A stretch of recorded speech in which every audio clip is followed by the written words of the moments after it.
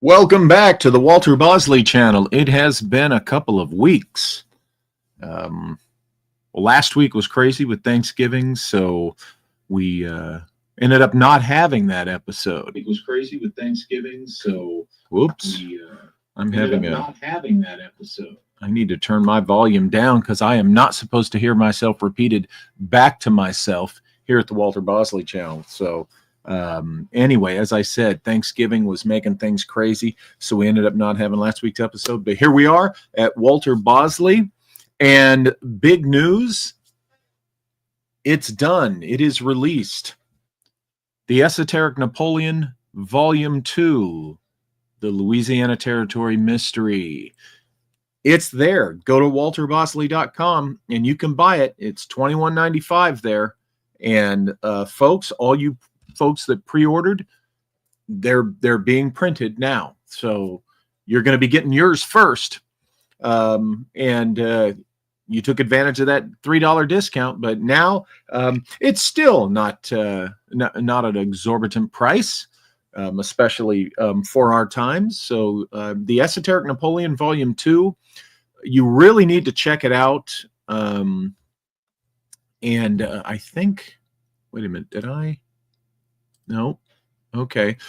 Malia has a graphic that she'll be able to put up on the screen so you can see the cover.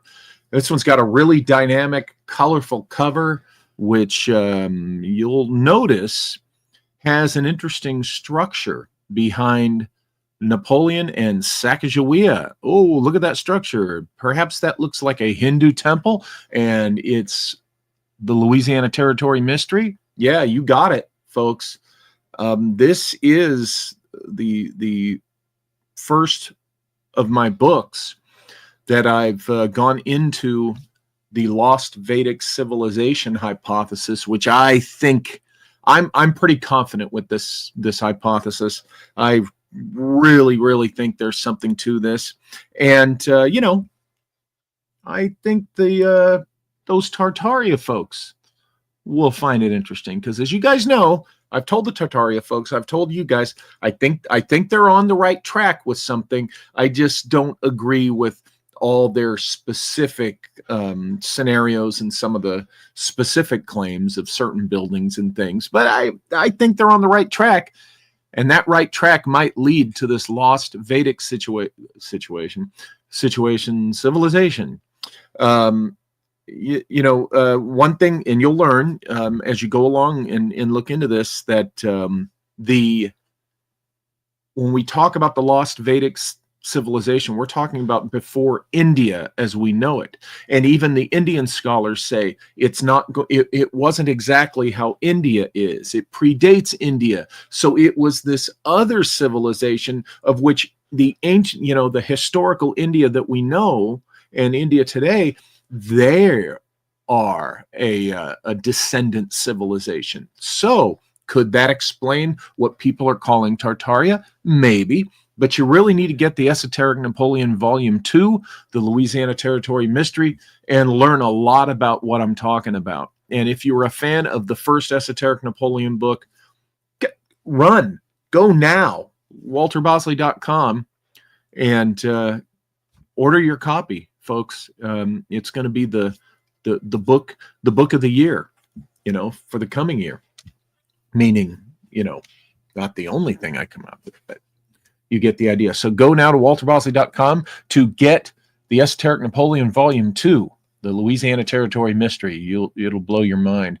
Also, I want to remind you that the podcasts, okay, the Walter Bosley channel podcast, I mean, there's a whole bunch to listen to already. Go there and subscribe, and you'll get all sorts of episodes. The Transtemporal Cosmic Mysteries podcast. You see there's one there of me talking about my dad's Air Force MK Ultra experience. There's a couple of KILLIFORNIA episodes up, I think. It's a live thing. It's a working thing. You can go now and subscribe. And there's going to continue to be new material posted on the various podcasts as we go. Remember, I also am doing Walter Bosley Reads Books And we've started Destination Carcosa. The time travel guidebook, of course, is already available. So yeah, definitely go to the podcast. I also want to remind you that the webinar is coming up March 8th, Saturday, March 8th. Go get your tickets now, because there's going to be a limited number of people who can attend that. It is online, folks. It's online. You guys were wanting on an online event, an online conference. You wanted NIMSACon to be online. We were doing something different with that this year, but we're giving you a Botho Transtemporal Cosmic Mysteries webinar. Look who it features right there. Joseph Farrell, me, Malia, Joshua Cutchin, and Ryder Lee. Ryder Lee has signed on. You guys have seen JFKX. If you haven't seen A Clockwork Shining, run to watch it on streaming. It is a huge hit, and it is hands down the best hypothesis theory on what Kubrick's version of The Shining is really about. I applaud them. I'm in the thing. I'm in a fair piece of it. They purposely didn't tell me when they came out here to film my parts. They said, we're not going to tell you what the theory is. We're not going to tell you too much. We want you to see it. But they had me talk about MK Ultra. They had me talk about my dad and, things that are in this book. There's even pictures of my dad that you guys haven't seen. I got to tell you, when I finally watched it, I was really impressed. And that is Ryder's hypothesis, folks. Ryder Lee, I mean, that is a brilliant theory. That is a fantastic documentary, and it's streaming now for like $3. Okay, A Clockwork Shining, and I'm in it, so go see it. And Ryder is going to be involved with the doing a little talk at the Transtemporal Cosmic Mysteries webinar. He's going to be one of the presenters. We're still working on that mystery guest, and we know who it's going to be, but you guys don't yet. But we're excited. We are so excited to have Ryder on board. And so there we go. Go check that out, please. And remember, you can still go see the content for Code 12.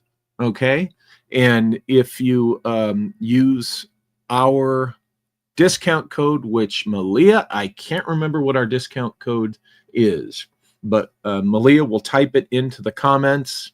I don't remember it either. I'm sorry. Whoop, I got to turn my volume up. I can't hear you. Yeah, because you didn't know I was playing. Hey, let me play the trailer. Walter, you didn't know I was playing. Hey, let me play the trailer. Do it. Okay. Do it. I was, but you didn't realize it. But they also need to know what the I don't know what's going on. I've got an echo. Yeah. It sounds like you've got to play back a little bit. That's okay. All right, here we go. I'm going to mute you. All right. I'm going to mute you.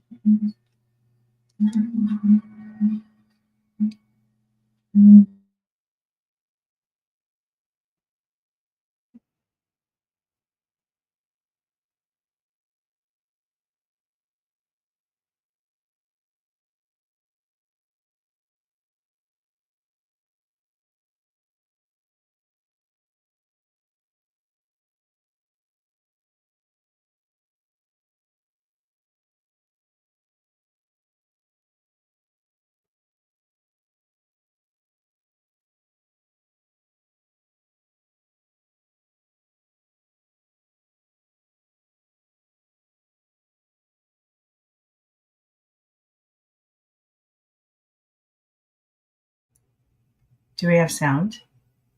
It sounds like we're muted. That's odd because it was coming through. Technical difficulties. Let me try this here in a minute. No audio. Okay.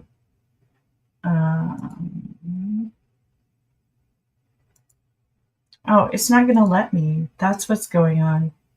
All right. Well, Okay, so you're gonna have to go. I'll drop the link to the trailer, but go check. It's called Clockwork Journey. To the trailer, but go check. You're about Walter. I am having a major audio issue. I keep hearing everything played back. I'm having a major audio issue. I keep hearing everything played back. Hang on. Major audio issue. All right. So, Walter, turn your speakers off. I muted you. I'm going to bring Todd Wood in and Dana Rottingjewels, and then while you work out your audio, what's going on, it could be a headphones thing, and we'll get started over here. You're muted, so we're not going to hear you. Yeah. Okay, Todd. Hello. Hi. Hello. Hello. Hi. It's good to be here. How is everybody? How is all the beautiful people in the chat?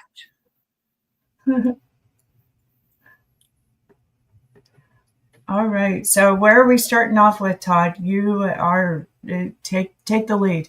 Well, tonight we have a very special guest. One of the best researchers out there in the field right now. I hold her in very high regard. She researches the Process Church of the Final Judgment. And tonight we're going to have a loosey-goosey conversation about the Process Church. And let's bring Dana in. Is she in? I'm here. Hey, Dana. How you doing? Hi. I'm good. How are you? I'm amazing. Hey, Dana, let me ask you this. How did you get into researching the Process Church? What got you started in this path? Well, I have a very strong thesis that L. Ron Hubbard is the late Lieutenant Colonel Absissimus Michael Aquino's father. And so I was trying to flesh out that timeline and kind of working through all of that. I knew that going from Hubbard to Aquino, I was going to come across the process. And I read Love, Sex, Fear, and Death, which is the Feral House book with Timothy Wiley. And there were a lot of similarities in Timothy Wiley's story when he was growing up as a teenager to L. Ron Hubbard's stories growing up as a, well, not as a teenager, but as a young adult, hanging out with people like Gregory Bateson, Corso, all of these sort of weird cybernetics, early transhumanist folks. Mm-hmm. And I was like, I don't think that he's telling the truth. And so when I started to go in and try to actually find birth records, things like that, it quickly became obvious to me that what is presented to the public is a major limited hangout, and there are a lot of errors as well as a lot of missing information as far as the actual things that the process was not only involved in their presentation to the public eye, but in regards to the crimes that they insist to this day that they had no involvement in. Yeah. You know, I've dabbled in the process, doing some process church researching. The whole thing's like, oh, we're innocent. You know, I read through the trial transcript like you did, and I agree with you. It was very tedious, especially for someone who's going blind like myself. It was hellish. But yeah, all those answers the process church guys gave, like Fripp, they were like non-answers. I feel that it's this. I feel that it's that. It just got to the point of being ridiculous. If I'm not mistaken, in the London lawsuit against Ed Sanders, that didn't the judge say that you've given us nothing? Yeah, I remember at one point, because the hearing wasn't that long, it was only a couple of days, but I remember the judge said something really funny, like, can we please just get on with it? They literally Yeah. haven't said anything. And I'm like, thank you, Judge, for saying what everybody is thinking that's reading this right now, because they did try to paint it as this sort of religious, Christian or theological persecution. And those court records bore so much fruit. I mean, they were involved with Manson. They couldn't keep their story straight, especially Wendy, Fripp, Peach Cole, Cassandra Peach. There are 50 different names.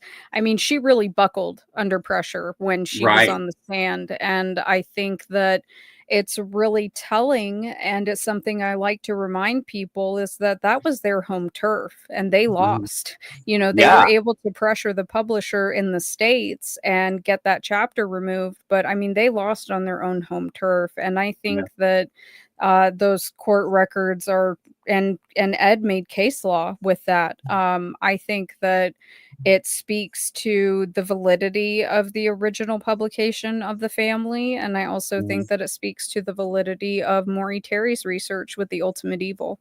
Yeah, well, those are the two guys that kind of got me into doing this research. Those two guys on audio. I know that the audio version of Maury Terry's book is sort of incomplete. There's stuff taken out of it, but yeah, that's the things that really sort of got me going.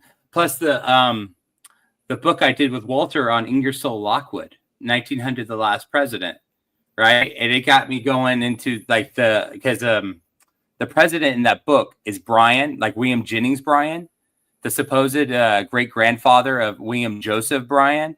So it just kind of from there just kind of led me down a path. It kind of ended up with the Process Church, basically. Yeah, I think that they've perfected the propaganda game as far as fooling the public and, being able to get to where they are now, which is Best Friends Animal Society. I mean, they're one of the most powerful animal rights lobbying, powerhouses in the country, and honestly, in a lot of places all over the world. So I think that they've been able to fly under the radar. Oh, I was totally taken aback when you revealed that they were freaking in Haiti in 2010. That blew my mind. Yeah, that really old video of them. And it's like such a poorly recorded commercial. And I'm like, someone has a good copy. I know that they do. I want to see the whole thing. But, I mean, they tend to follow controversy. I mean, I think what they said they were doing during Katrina, I think that is what they were doing, which was stepping over the bodies of people that were alive and on the brink of death to save animals and saying long live Hecate, Yeah, in fact, if we get Walter, when I start asking you about Marianne McLean, Walter and Malia are actually Hecate experts. Yeah. I wouldn't call myself an expert, but I call you an expert. I definitely know a lot about. Now, the thing that I was kind of wondering, and it's perfect that you're here, Dana, is when she refers to herself as Hecate, is that Greek mythology Hecate, or is that sort of the rebranding Old Catholic Church Hecate? As far as her stated purpose, it's really unclear because, her and Robert, technically, even the high-ranking members were not allowed to know what they were doing, where they were at. If they were around them, it was, a blessing to those members, so to speak. So she doesn't ever really specify the root theology of it. And that's why I try to remind people the four gods, the great gods, right? It's a lot of relativism. And I think that they pull from a lot of different things because, she called herself Hecate. She also called herself the Oracle, and she also envisioned herself as a reincarnation of Goebbels. So she's kind of all over the place. And the interesting thing is, like, she was calling herself that before Goebbels had passed away. Yeah. Something else I was kind of curious about is the supposed relationship with Sugar Ray Robinson. Now, considering the the speculation or the story that's out there about Sugar Ray having a precognitive dream in 1947 in which he dreamt about killing somebody in the ring, a big fight he had coming up, and he tried to get out of it, went ahead with the fight, ended up killing the guy just like in his dream. Do you think that is something that kind of if they were together in the first place, maybe attracted Marianne to Sugar Ray Robinson? So the story with Sugar Ray Robinson, there is, besides what comes out of Timothy Wiley's mouth in Love, Sex, Fear, and Death, there's no other supporting documentation for that. I am of the belief that potentially that story was a PR spin from Scientology, because her and Robert were Scientologists. They were high-ranking Scientologists. Now, the rumor, and some of this comes from immigration services, is that either Marianne or Robert was L. Ron Hubbard's right-hand person, right? And so we know that they were declared suppressive people, but the church's old CIA, the Guardian's office, they had internal documents showing that they would declare you suppressive so that the public and other people in the church didn't know that you were running an operation undercover. I think that that is what the de Grimstons were given, was orders to run this separate operation. So I think that that might have been a sort of PR spin, because I'm currently trying to flesh out the angle that Mary Ann and Yoko Ono were kind of part of that BDSM scene back like in the UK. And I think that it was just basically a major honeypot operation. And because we know that the Beatles were very close with the process at the Indica Gallery with that whole crew. But I think that Mary Ann and Yoko were probably two honeypots that were sent in. Right. That's very interesting. That I didn't know that at all, man. So like, it's funny because it goes back to Jim Mars. You know, do you like Jim Mars as a researcher? I'm gonna be honest, I'm not familiar with who he is. He wrote the book Crossfire about the JFK assassination. It's sort of one of like the go-to books. But he used to say, "What you think you know, you don't know." Like, I thought I had a good handle on the Process Church of the Final Judgment. I don't have a good handle on it at all until I started watching your videos and listening to your videos. I think I'm getting there, but man. And he also said something else for people in the chat and all the haters out there. Just remember that your mind is a parachute. It works better when it's open. I'll just say that. Would you mind kind of giving us like a brief history of the Process Church of the Final Judgment for those who may be unfamiliar with that, if you can? Sure, absolutely. So, as I stated, Robert and Marianne, they were Scientologists, allegedly high-ranking, and again, rumored. We don't know who was Hubbard's right-hand person, and if that's even true. The interesting thing that you come to find, and this started with Timothy Wiley being a little bit too braggadocious in Love, Sex, Fear, and Death, was stating that, you know, his mother worked for British intelligence. He was very passive with this. I was able to find his birth records. Timothy Wiley is not his real name, and I was able to find his mother. She did work for British intelligence. She worked for the Department of Economic Warfare. So when I started looking into Robert, because the way that the story goes, the public story, is that Robert and Marianne get together, and it's sort of prompted by Marianne that they change their name to de Grimston. This is not true. It's a lie. Robert, his aunt on his father's side, was cousins with Lady Wermach de Grimston. This is a nobility family in the UK. They are royalty. And so that was where he adopted that name. He was married once before he got with Marianne. I don't know what prompted him adopting this name. I think that it was possibly he was chosen as far as sort of level of protection for what they were going to be doing for Scientology, because the process is just a faction of Scientology. Some people call it like the street muscle, or like, you know, the gang of Scientology. But they get together and they start what is called compulsions analysis, kind of a smaller group, but for some reason they have an exorbitant amount of money and they're in the Mayfair district.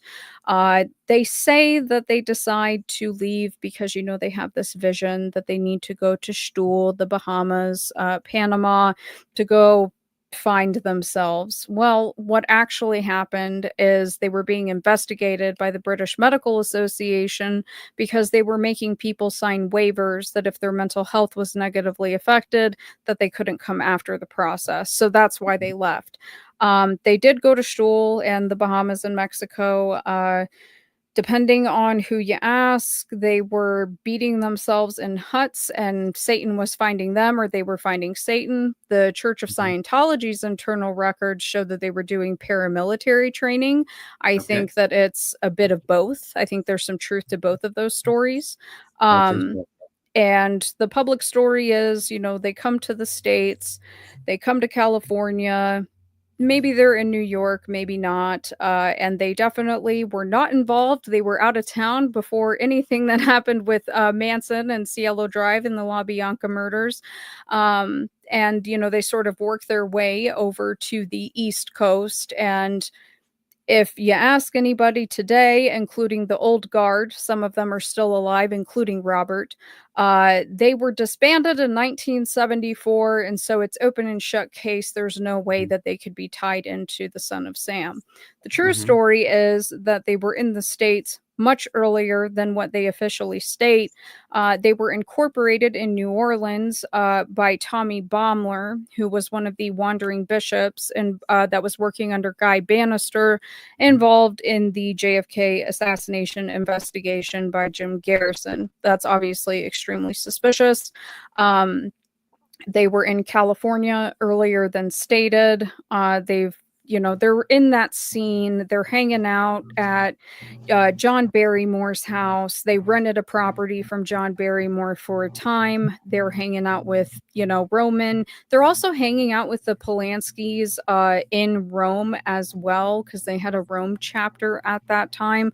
So they seem to be pretty buddy-buddy with the Polanskis and that whole Cielo Drive crew. Yeah. In Ed's Go ahead. Oh, no, you keep going. And when you're done, there's some things I'd like to add. Sure. At Cielo Drive, there's a letter from Manson to Ed where he says that, I think he calls Robert de Grimston like a slimy fuck or something, excuse my French. But he says that he's there with Marianne and Manson. So, he's confirming that they're at Polanski's house, Charles Manson, the de Grimston. So what is the process doing there, right? And as Ed's continuing his investigation, he's talking to the FBI and immigration services because there were rumors that it was a hit, that the process that they had paid Manson to commit those crimes because of something that Sharon Tate had allegedly overheard while she was at the house with the process. And according to the FBI and INS, it's a matter of national security, but this is related to Sirhan Sirhan, who also allegedly was spending time with the process before the assassination attempt. So there's just a lot of weird crossover with all of these things. Oh, yeah. Something that I was wondering about that I wanted to bring up with you is so at the night of the murders at Cielo Drive, they were supposed to have a party, correct? And if I'm not mistaken, Sharon's friend Claire White and her husband Richard Alcala were supposed to attend that party. They were both hairdressers. Of course, Claire White was a Playboy playmate in 1963, I believe. But Richard's cousin is Rodney Alcala, the dating game killer. Shut up. That's ridiculous. Yeah. I didn't know that. That's ridiculous. Okay. Yeah. And so I was just curious, considering Rodney's affinity for taking pictures, California, and then going into hiding in New York. Could there be some crossover with Michael Carr, perhaps, who went to California right? And was it really into photography? Allegedly, he was, right? Why haven't we seen any proof of his studio where we see the letterhead of Michael Carr's studio, Right. right? Like we Right. have these cherry-picked files from Maury Terry and, Mhm. all of these reports of him being really into photography, but Right. we see no fruit of that. Right. Something else with the Son of Sam, and I haven't talked about it in a long time, but I was going through with another researcher previously the old auditor magazines from Scientology where they would list, oh, you did this course or you went clear. There was another Michael Carr that went clear in, I think it was late 68, early 69. When you look up Sam of the Son of Sam, Samuel Mhm. Carr, he Mhm. doesn't have a middle name. His dad is Michael Carr. So grandpa is Michael. Now, Michael Vale Carr III, the one who passed away during the time of the Son of Sam, he's the third. I believe that Sam was Michael Carr II, and I think that he is the one that was going clear in LA in the late 60s. The reason why I believe this, besides that information, is in some of those interviews with the DA at that time. It's the one interview where they're sitting there with Wheat, Sam, and Frances, the mother. And as soon as they start pressing about Michael's time in Scientology, Sam, the only time that he speaks up during that entire interview is when they start asking about that. And he says, "You guys need to leave the room right now." That's weird that he notices the importance of Michael's time in the church. I'm of the Right. belief that Sam and Michael, at a bare minimum, if not Francis and Wheat, were also Scientologists. I think that Michael and possibly Sam were working for the Guardian's office, but I do think that Michael and John Carr were probably screwing around with the process, and I think that that got them into a lot of trouble. And I like to remind people, if you're not familiar with it, there was that operation with Paulette Cooper, who wrote a unfavorable book about the Church of Scientology. They ran an operation on her where they faked a bomb threat to Henry Kissinger, and she was thrown into jail. That is the exact same org at the same time that Michael Carr was working out of in New York. So it's not out of the question to plant fingerprints, letters, things of that sort, because they literally had a woman thrown in jail for a fake bomb threat to Henry Kissinger. I'm of the opinion that the Son of Sam letters, I think that that was a black PR campaign from the Church of Scientology against the Carr family. I think that they were being fair gamed for what they were doing with the process. I think that they were getting in some trouble. And yeah, I just think that that's an angle that's overlooked. Just one more thing on Rodney Alcala. Rodney Alcala was actually in Roman Polanski's photography class. Oh, yeah, that's interesting. Yes, it is. That's very interesting. And remind me, did that part with Fripp in the trial transcript? He was making it sound like maybe Tommy Jude Baumler took liberties of writing the mission statement without the permission or without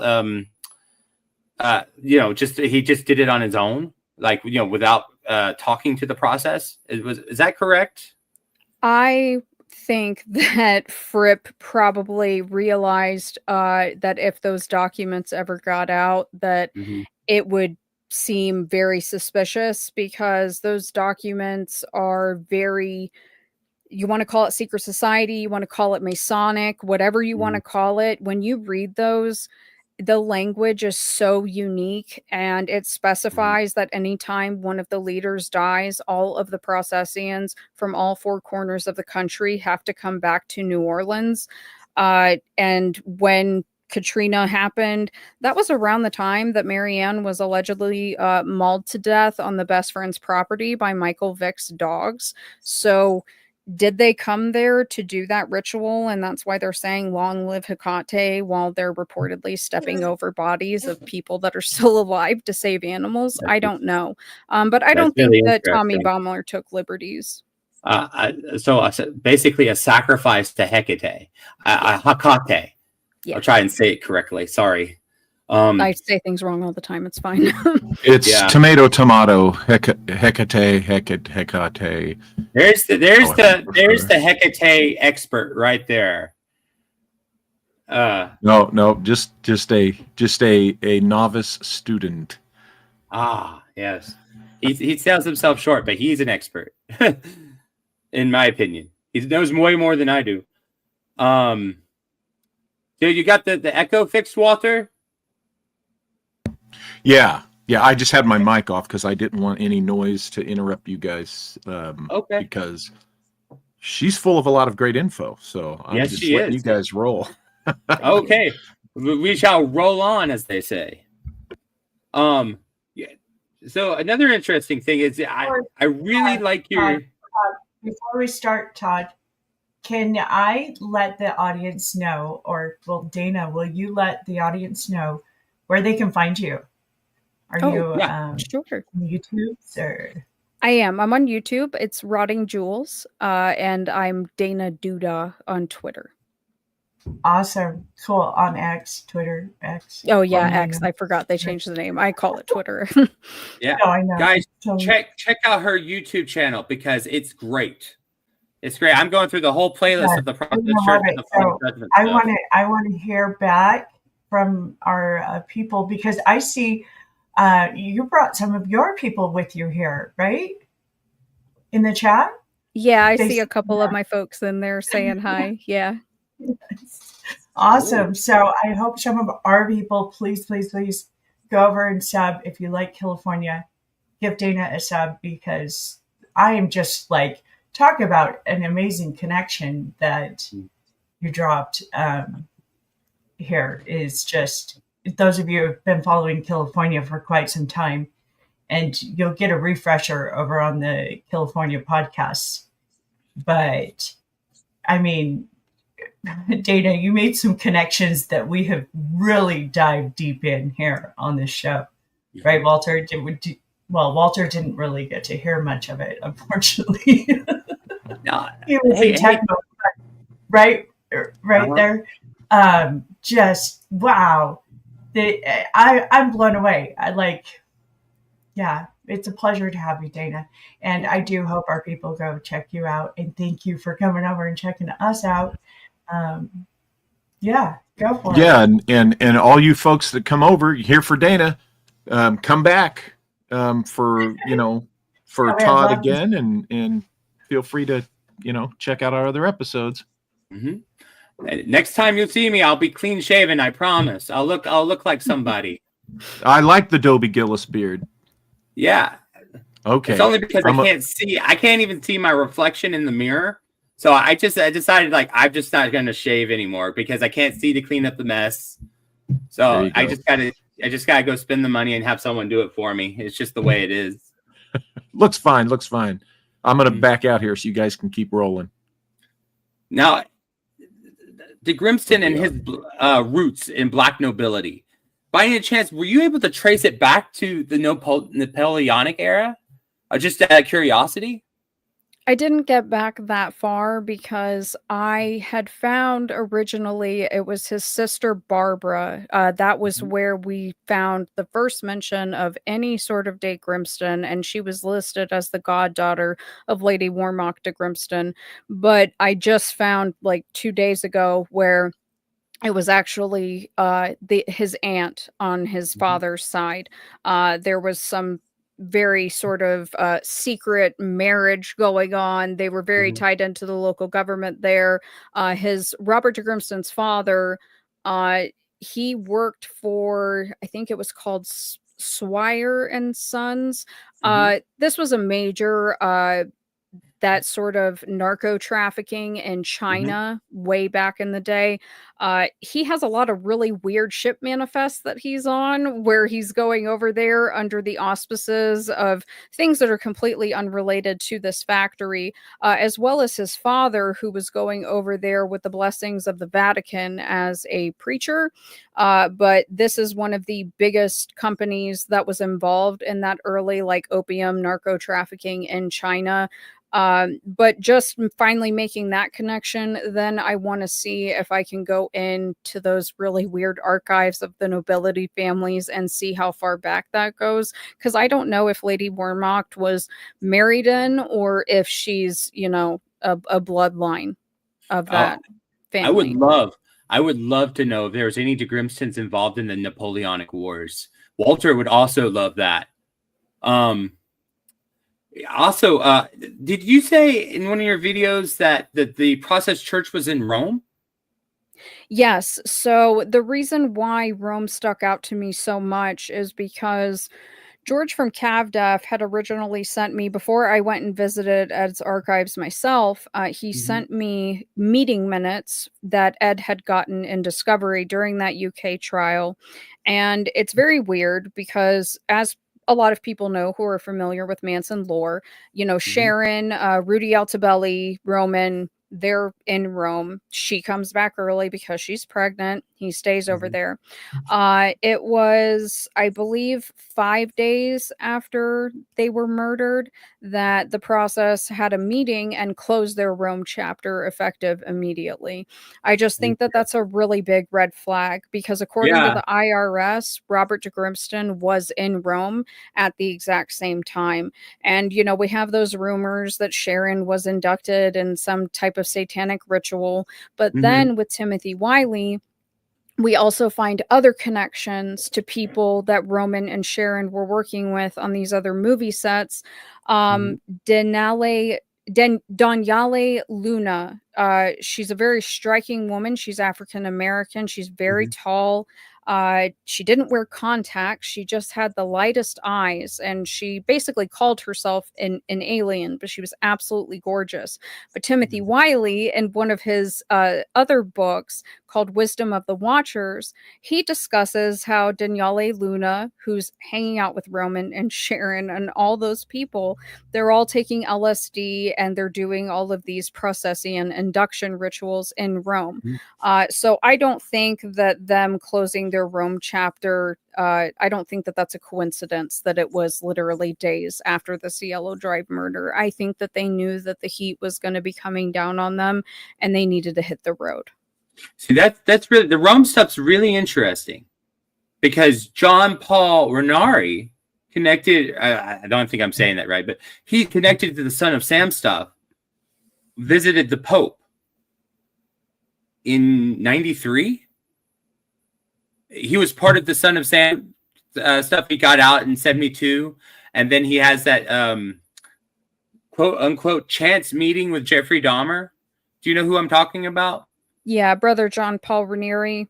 Yeah. I know that it was, I don't know if it came from him, and I wouldn't surprise me if he was over in Rome, but I know that one of the individuals, and I can't think of their name off the top of my head, but according to James Jimmy Boots Rothstein, the honorable mayor, who was also involved in the later investigations of the Son of Sam, you know, one of these individuals, they were basically, you know, running hits out in Vatican City.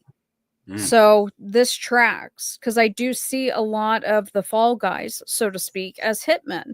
I am a firm believer, and it's an angle that I'm working on, but I do think that the mafia was involved. I think that the five families were involved in all of these crimes, but I do see all of this as just hits. Right. Well, that's really interesting. You know, the Operation Underworld being what it is, the mob and the government really never untangled themselves from each other. Absolutely.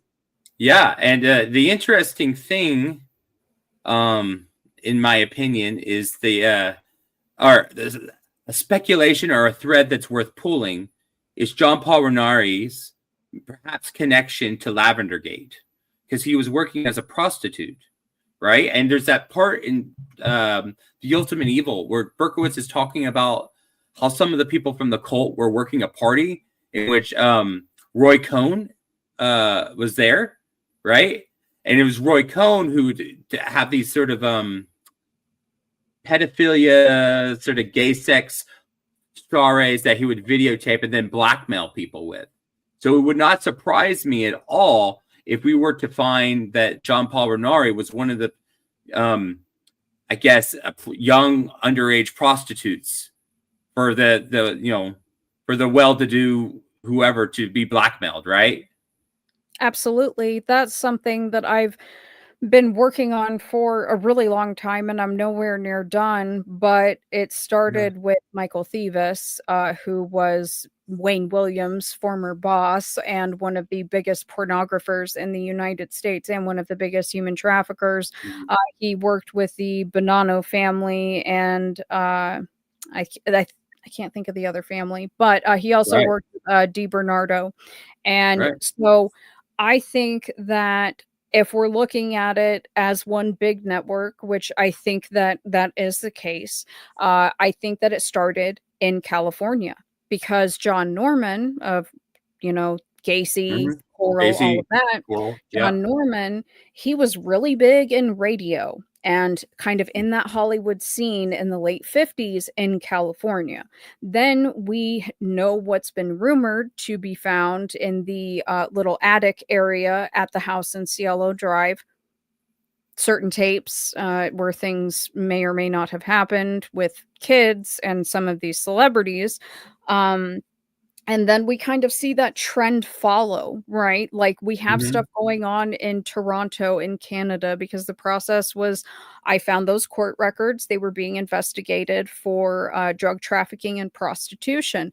There was a lot of bad stuff going on with kids up there as well. And then, like you said, what John Paul Ranieri discusses as far as, and multiple members of the children said that these things were going on. Like you said, these sort of compromise blackmail parties involving, these high members of society.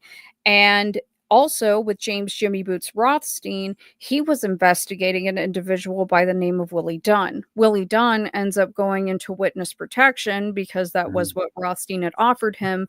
But Willie Dunn was involved in that fake kidnapping case involving the Bronfmans. Right. And he was busted multiple times taking kids over state lines. Also a lot of check forgery, things of that nature, a lot of financial fraud. But, Rothstein was investigating him and another individual because of the deaths of a few young boys that they thought were buried in Connecticut and New Jersey. So I think that the mafia pornography angle has been majorly overlooked because the more that those networks are fleshed out, we're finding these pederasts and these pedophiles and seeing that they were running pretty big operations, whether it's out of their home or their local business. And it's not far from where all of this is going on. And I think it's validating a lot of the claims that the members of the children made. Right. Well, I think that you're right. I sent you that stuff, those articles on Kenneth Mad Dog McKenna. Kenneth Mad Dog McKenna, who got his first job working for the Irish mob, passing out policy notes before moving to California. And if you recall his interview with Schaefer and his interview with Criminology Australia, he introduced Ted Bundy to the Process Church. But he also got busted for distribution of kiddie porn, right? So there's those connections all over the place. It was mob, process, There are. hand of death, right? And that you believe the hand of death is actually just the process, I know that George from CavDef focuses heavily on the hand of death, and I trust his work. I think that he's a great researcher, and so I kind of let him do his thing. I feel like everybody has their specialty that they can bring to the table, and as long as it's, open source and everybody's just sharing openly and not being weird about it, because when people get weird, that's when I get weird back, and I just cut them off. But I think that me identifying and putting together, okay, here's all these crazy process people, like some celebrities that people didn't know were processians, right? And then figuring out where they were at, where they were running out of, how long they were there. I think that that's going to help kind of bring it all together, because I am a firm believer that the process was involved in the Atlanta child murders. And I also think that they were involved in the John Norman, John Wayne Gacy, Dean Corll, Philip Paskey network as well. And I've already made connections from Michael Thievis to John Norman. A lot of this is through their legal representation, but I don't think that people should, turn a blind eye to that, because these are the individuals that are making sure that these guys are going back out on the street and doing the exact same thing. I think that that's a very powerful connection. Yeah. Yeah. Oh, yeah, for sure. And you're absolutely right about George. George is definitely one of the top-notch researchers in the field today. I mean, the stuff that you two guys find is just amazing. But now, if I recall correctly, in one of your videos, you're talking about, and I know this is kind of venturing into the woo-woo, but the Process Church being the Process Church of the Final Judgment being a UFO cult.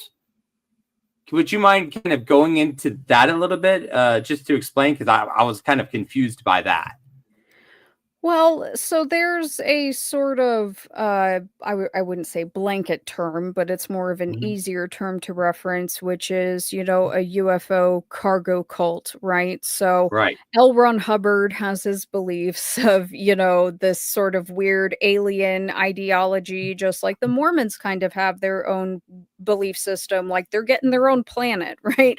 It's all this stuff about space, but when you read through a lot of the processes in her teachings and the things that they espouse, part of the idea of these great gods and these beings that they're channeling, they say that they are supernatural beings, that they are aliens.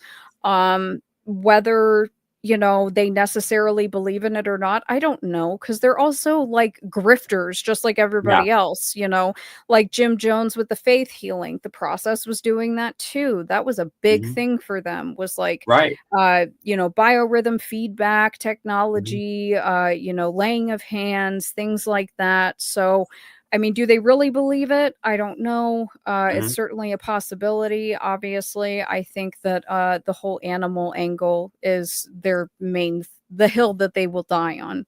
Right. Speaking of the faith healing thing, we were trying to figure out the date of that George Wallace picture. Yeah.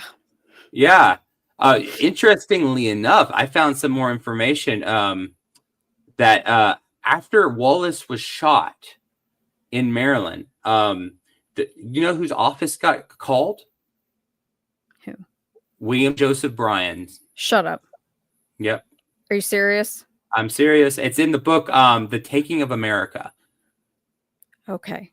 I'll send you the source. That's ridiculous. And I'll send you, they talk about it on America's Untold Stories too. That's ridiculous. It's that one photo is the one that I think drives people the most insane, because that they're in their foundation sort of stage. We don't know how early the stage. I mean, you can guesstimate, but he's sitting down. We assume that he's been shot. Why else would he be there? You know what I mean? Right. It's weird, but that's really, really interesting, because there's a lot of interesting ties to some world-renowned hypnotists with the Process. Right. Well, dating back from the beginning. You were talking about the dentist thing, right? The majority of members of the American Institute of Hypnosis were dentists. That was William Joseph Bryan's sort of Institute for Hypnosis. That he started while he was still at Fort Bragg, before he was a private citizen. So that there might be something sort of sketchy there going on. Of course, we're all familiar with David M. Selby's work, where he accuses of, and I should say, an O&I agent tells Selby that it was William Joseph Bryan that was the Grand Shingon, or Shingon. But there's something I noticed, a theory I wanted to run by you. Do you remember when you were in high school and doing like science labs, and like you had to have your science partner check your work and you had to check their work? Yeah. So I think that maybe we're thinking about the whole who programmed who thing wrong. I think it's multiple people programming one person. If you think about it. Yeah. Because you have to have people reinforce the programming. right? So the whole thing about William Joseph Bryan hypnotizing Sirhan, yeah, he could have in a few sessions he could have hypnotized Sirhan, but he also could have just been the project manager. Yeah, I agree. Right. I and then you have Jolyon, who examined Sirhan. If I'm remembering that Winter Watch article correctly, that could be the equivalent of Jolyon checking Brian's work. There's also William Denier. William Denier? Denier, Ed or Tom O'Neill kind of put in Denier as a footnote, but when I went to Ed's archives, he had a ton of stuff on Denier, including like original little flyers that he had, because he had this weird hypnotism studio like on Hollywood Boulevard.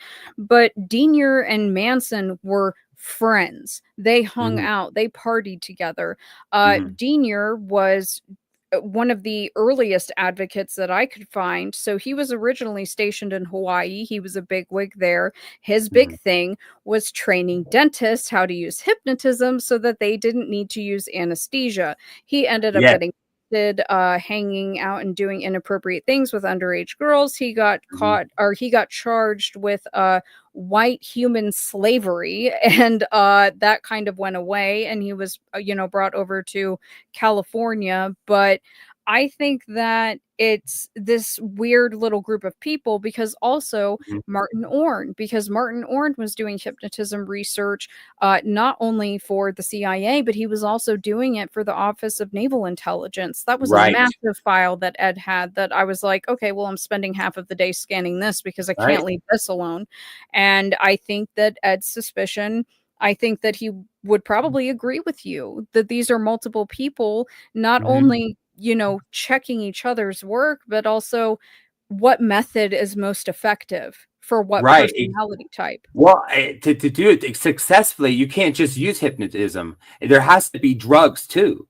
So you have to have a drug guy as well as a hypnotist, right? So the idea that, and plus all these guys have cover jobs.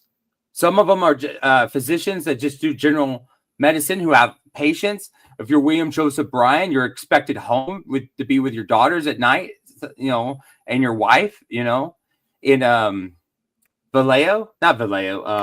Nuys, it's sort of like, and if you're Jolyon West, you've got a family and you got to go home. You got to at least look normal. So, well, and I think that the drug angle, I think that was jolly as far as the little hypnotism crew, because there's a documentary out there and it's about Sirhan and hypnotism. And there are rumors, and the hypnotist that they're interviewing, he's deceased now, but he said that there were persistent rumors among his peers that Jolly West had a secret lab in the San Bernardino Mountains and he was doing unauthorized research. We already know that drugs were coming in and out of the house, the meth, I call it basically the meth acid lab, because that's pretty much what those were with Dr. Smith in the Haight. But those were also right by the Waller Street Devil House, as well as the process location.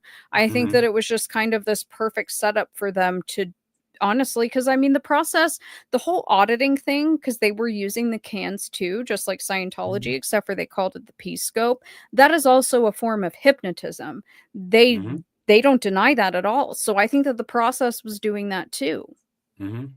Yeah, I kind of feel like you and I were onto something here, because I think this idea of one person doing all the work is just nuts. Because even in the book Chaos, that little apartment that Jolly West had, he had students like taking notes and stuff like that. In fact, I theorize that out of the 55 members of the 4P that the prison informant told Ed about, who I believe is Stephen Hunt, either Stephen Hunt or Herman Taylor.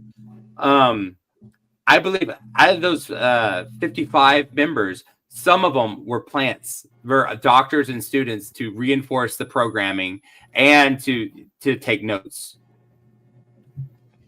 Sure. That's just my speculation.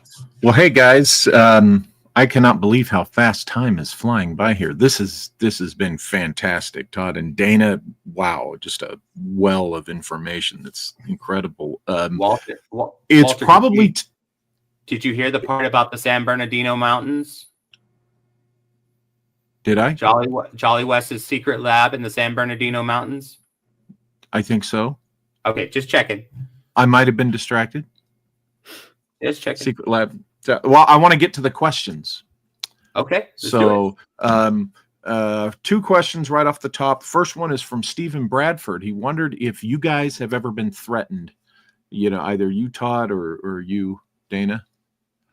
You go first, Todd. No, not really, because I'm just a nobody who works at Goodwill. I pose. I'm blind. I pose no real threat to anybody. Not really. I haven't been threatened at all. I've been bullied, but not really threatened. So, okay. Dana? Yes, I have been threatened. I've been threatened with violence. I have been kind of honeypotted. I've been gang stalked. I've had my family doxxed. Fraudulent purchase attempts in my parents' names. I've had the whole gambit, but I kind of chalk that up to the real hand that feeds all of this, which is Scientology. It's Scientology at the root of all of it. Yeah. I've been followed. I talked about that. I have to jump in there, Dana, because I 100% agree with you. That is where the thread led for me too, digging into the occultism of the Mormon Church. You're right on point there. When you really rip off the veneer and you find, we were talking in the chat earlier about this, you find Kolob. And what is Kolob but gray aliens?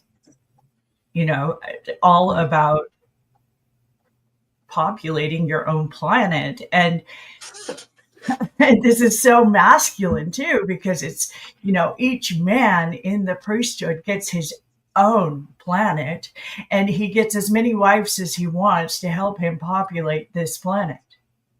And the women are eternally pregnant. You just get to be eternally pregnant if you happen to be baptized for the dead enough. That's terrible. Trigger me. I grew up in Mormonism.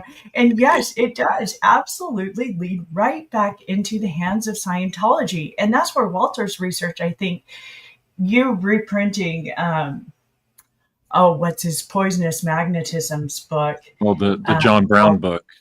Yeah. Medium of the Rockies is the title of the book. And there you go. You can find it it's just on Lulu now. Once we get Lost Continent Library's library website going.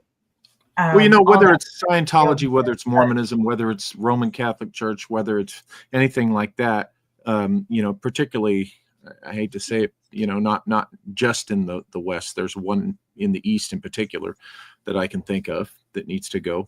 When you're talking about organized religion, you're talking about one of the biggest control scams and schemes ever foisted on humankind. We know that that's what it's about. And so it doesn't surprise me with the things I've learned from Malia about Kolob and Mormonism and the things, we learned from Scientology. Well, to give some background too, I'm not just, born into Mormonism. I was born into generational Salt Lake City Mormonism. And my family is still, well deep into the power stations of the church. And that's what I grew up with. And I grew up fighting it from a young age because it was just like, I don't want this. I don't think this is right. This isn't fair to me as a person. And it's not right to all that females. It really is a anti-feminine type, women are cattle and they're to be slaughtered. That's kind of the topic here, is how does this lead into serial killers? What are we breeding in the Church of Scientology, in the Hand of God, in the Process Church? These people need to be exposed completely, and that their roots are still around today. Yeah. Soapbox. Hey, the second question, before I forget, is repeat the little bit, because I was letting you guys go on a roll because that was such great info, and I was doing some background things. Repeat this little bit about what's his name, secret lab in the San Bernardino Mountains. No one's ever been able to find it. But he had a lab in the San Bernardino Mountains, according to his peers. And the hypnotist that was being interviewed for this Sirhan documentary, because they had spent over 200 hours. It was a lawyer and this hypnotist with Sirhan, and they laid out in front of him like a photo lineup, just multiple photos, and he immediately pointed to Jolly and he said, I don't know where I know him from. And he said, Sirhan is stuck with his story that he has no recollection of that night, but he says, I know that man, but I don't know where I know him from. And then it cuts to this hypnotist, and he's discussing how it was rumored, and this rumor has never died, that Jolly had this other lab in the San Bernardino Mountains. Obviously, I think that's really interesting because of some of the things that were going on in the San Bernardino Mountains. Like, honestly, when I heard that was something that validated the concept of the 4P, 4Pi movement to me altogether. I said, that could be it. Am I saying that Jolly's the Grand Shingon? Maybe, who knows? But I am saying that would be a perfect hideout or a hub for them. Right. Hey, we have Tessa D777 who happened to know Mr. Philip K. Dick very well, I'd say. And she lives up in the San Bernardino Mountains. She lives, I think it's 20 minutes only from my driveway to her doorstep. And so we'll have to talk with we'll have to have Tessa on here sometime soon. My gosh. But I'm really intrigued with this now, because living right here, it'd be real easy for Malia and I to dig into this with Tessa and maybe find out. We'd love to, Tasha. We have been intentioning to get up there for quite some time. I would love to know, because I have a strong suspicion that, because it's always a land grab with Scientology. And if there's any records as far as the property goes or the building goes with that lab, if there's any ties to any Scientologist, I think that would further validate a lot of the things that I believe were going on. Because even in chaos, I've had some pretty big beefs with Tom O'Neill and his research team. But, they don't mention Scientology in chaos. They mention it twice in passivity, and there's no mention of the process. I think that Jolly West is a red herring in that book. I think that's done on purpose. I don't think that it was Jolly that was controlling Manson. I don't endorse that theory whatsoever. So I would absolutely love to know as far as any names tied to that lab. Well, what I find interesting about that too is with former Norton Air Force Base here, if there was any official MK Ultra associations with this lab, it'd be real easy to bring people to the base and then helicopter them up to the mountains. But you could bring them into the base undercover and no one, I still think San Bernardino International Airport, I still think it has a DOD presence there in a DOD use. But let's see. Someone asked, I want to make a comment here on this question. Bobo, does it go back to Operation Paperclip with the Nazi experiment and mind control torture, MK Ultra? What's interesting is you talk about Sirhan. One of the points that Ryder Lee and Jay Widener point out in A Clockwork Shining is the scene where Wendy goes looking through what Jack has been writing, the pages, and it's the same phrase repeated: all work and no play make Jack a dull boy. Just repeated. And they point that out, that's just like Sirhan, RFK must die, RFK must die, RFK must die. And that's just one of the fantastic points in this Clockwork Shining documentary, which, and I won't go into it here. You guys have heard me talk about when I was with the FBI, my first few months, I had to deal with some evidence relative to ballistic evidence with the RFK shooting and Sirhan and all that. And I saw something that I thought was just really, interesting. So, the whole thing about Sirhan, the idea that maybe he was brought out here somewhere.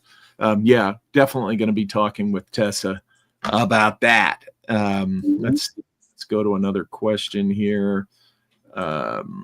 Johnny Side would think Charles Manson is a victim of MKUltra participant. I think that's been discussed and considered, definitely. Eli, didn't Gacy suggest that he didn't work alone? Soul Cleveland claimed 12 of 13. Did Sirhan have a military background? I don't recall if he did or not. He was. I know a lot of people in our time say, "Oh, he was another crazy Muslim." No, he was. He's a Christian. He was a. Was it a Syriac? I don't think he was. He was a Coptic Christian, but he was a Christian. He grew up. And Gacy definitely didn't work alone. I mean, the connections to John Norman and Dean Corll and Philip Paskey, those have been, proven dead to rights. But I think that network is a continuation of the sort of Polanski pederast trafficking network. And then I think that moves into the children cult and then ultimately the Atlanta child murders as well. Right. Mm-hmm. Yeah, we got, let's see, Kenneth Johnson, Dana's dead on calling it a land grab. They're trying to buy all of Clearwater. Scientology, aren't the only ones down there. There's there's like a crazy Yahwist cult too, a Yahweh cult down there as well. That they're, wow, talk about a bunch of misogynists. Marcus Toledo, Sirhan, the ultimate Manchurian candidate. Indeed. And let's go down. Remember, folks, all caps. If you put your questions in all caps, we will. Let me go back up to this one real quick here. D-Light asked if the San Bernardino Mountains is that in Lawrence. No. That's San Bernardino Valley is depending upon where you're at and what point in LA, because LA is a sprawl. It's not a spot, but it's between 70 to 60 miles due east of Los Angeles. We're halfway between LA and Palm Springs, and the San Bernardino Mountains have quite a history, as you've been hearing us talk about. That even the Moonies are up there, I think, still as well. And black magic. There's a history of black magic here. Of course, many of you are familiar with my Empire of the Wheel investigation and all that stuff. So, anyway, I think we've reached the end of our time tonight.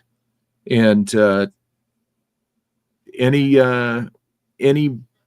last comments, Todd, Dana? Oh man, I think we're really just getting started, and I think Dana's going to solve the whole thing. I think we need to have Dana back, Todd, for sure. Yes, absolutely. For sure. Yeah. So, I hopefully in the pre-recorded we could talk about the Shingon stuff, because the 4P, that's sort of my bag.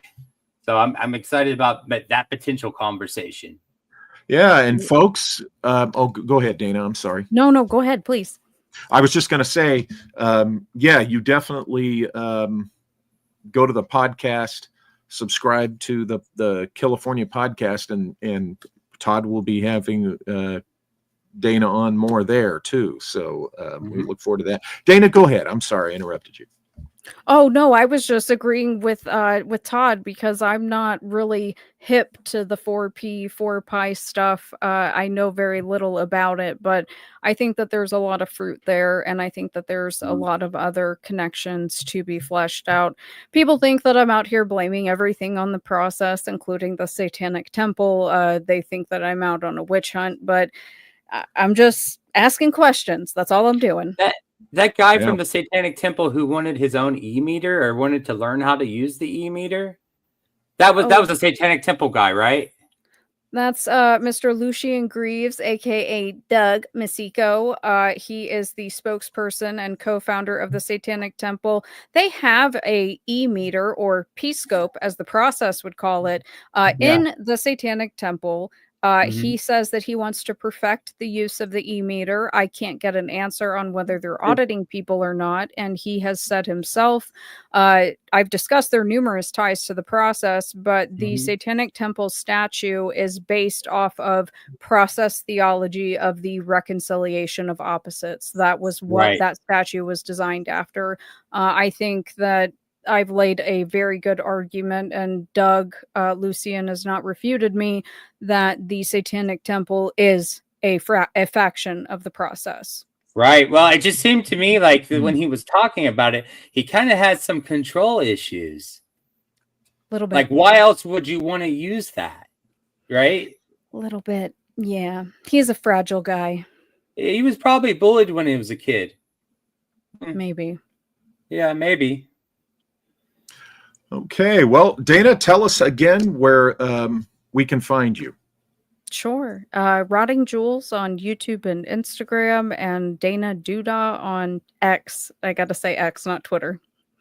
Yes, X. I got to remind myself of that too. So great. Todd, thank you again for bringing Dana on. Dana, thank you for being here. We had a fantastic crowd. I want to thank all of Dana's fans, friends, and subscribers that showed up tonight. You are welcome to come back to the Walter Bosley channel every time. And this was a great turnout. We had a great turnout, very active live chat. And I want to thank Todd and Dana again, and thank everybody. And we'll see you next time here on the Walter Bosley channel. Remember to go to walterbosley.com for the podcast. Go check out the webinar, get your webinar tickets, because those will be limited. And anyway, it's all at the site. So, okay, folks, thanks again, and we'll see you next time.